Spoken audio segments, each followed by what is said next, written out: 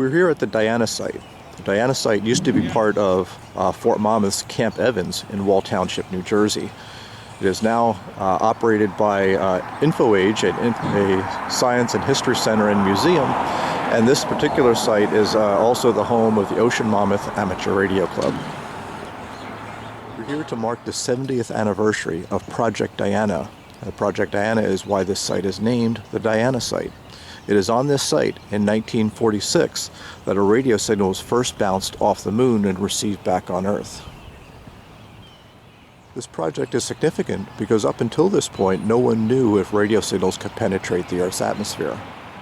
The success of this experiment really paved the way for satellite communications and the space race, because now we knew that we could communicate outside of the Earth's atmosphere. This antenna, known as the TLM-18, is a 60-foot diameter dish that was installed in the late 1950s for the TIROS program. It is not the antenna that was used for Project Diana. That antenna no longer exists. The original antenna that was used for Project Diana was located somewhere in this area, and we believe about the middle part of this building is where the original shelter was, where Project Diana was run. This building now is the facility that is used by the Ocean Monmouth Amateur Radio Club. Got two operating radio rooms with at least 5 operating radio stations, and then a number of antennas sprinkled throughout the property. This antenna sat dormant for many, many years after the Signal Corps left this facility, and over the last several years has undergone a refurbishment by Princeton University as well as folks from the Ocean Monmouth Amateur Radio Club. It can now be used to track satellites and other celestial objects.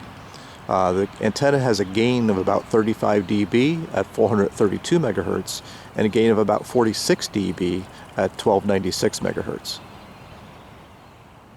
To commemorate Project Diana, we're going to be using this dish to send a signal to the moon and receive it back here on Earth at the same time that it was originally done on January 10th in 1946.